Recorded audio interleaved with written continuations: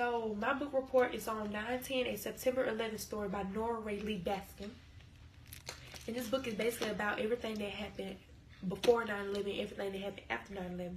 So it's about these 4 kids who live in different regions of the U.S. One of the kids is named Sergo, and he lives in Brooklyn, and he's struggling to come to terms with his absentee father, because his father is like not in his life. So he really hates his father. Like, his father's not in his life, and he only lives with his grandmother, which he loves dearly. So one day, Sergo, he's very smart. Sergo won a math award, and it was like on national news, so his dad found out about it. His dad know where him and his grandmother live. So Sergey's dad shows up at the door like, did they give you a money reward, because he just wants money. And Sergo's grandmother got real mad and kicked him out, like, no, they didn't give him a reward and stuff like that. His dad just wanted money. One of the other characters is named Will, and his father died in a car accident.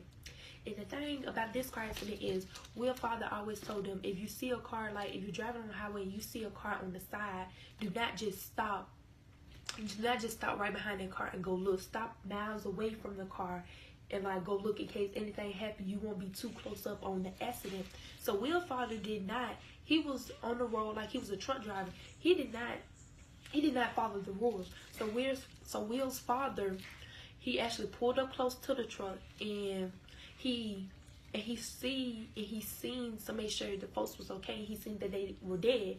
So as Will's father was walking back to his car to go, call the police or whatever and say there was an accident, a crazy drunk truck driver, hit Will's father and he died.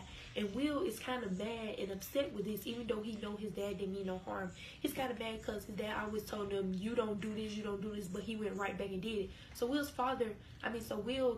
feels like that his dad knew what he was doing, but he didn't care enough that he would leave their family like this. So their family is kind of struggling with his death and like struggling with the house and food and stuff like that. Another character is Nahi, and she is an Iranian American Muslim girl. Nahi has just she feels uncomfortable in her new school because she wears a headscarf, and all the kids are giving her funny looks, looking at her like she's crazy. And Nahi's like, I'm just normal like you guys, that just have a different religion, and they're questioning her religion and everything.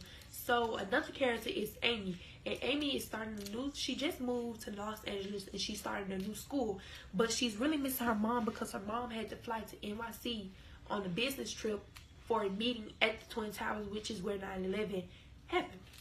So okay, let's get to 9/11. So when the kids learned about the terrorist attacks, they felt bad about it, and they were like very remorseful and like they're sad and everything. And folks was looking at Nahid because she's the Muslim girl, like this has something to do with your kind and stuff like that. She's like, that has nothing to do with my kind. We're not like that, because when 9/11 happened, after flight 157, I believe, or 175, after flight 175 hit the Twin Towers and they started crashing in Pennsylvania and in Ohio, there were terrorist attacks, and so the kids started thinking that it was Nahid's kind. So during this time, like once the terrorist attacks and stuff were happening, the kids and everybody was they found out where Nahid stayed, and they were throwing bricks in her window because they thought it was her, and she was very scared because it was putting her and her family in danger. And at the end, well, I know Sergo, he had a firefighter friend named Gideon or something like that. He had a firefighter friend who, when 9/11 happened, had to go up there and like at the end, well, I know Sergo, he had a firefighter friend named Gideon or something like that. He had a firefighter friend who, when 9/11 happened, had to go up there and like, make sure everything was calm because he's a firefighter. Because during 9/11, when the planes crashed, everybody was plummeting to their death. Folks was just couldn't get in touch with their loved ones or anything. So basically, folks was just knew they was gonna die, so they was doing it quicker instead of like dying alive. It just plummeted to their death, which was very sad.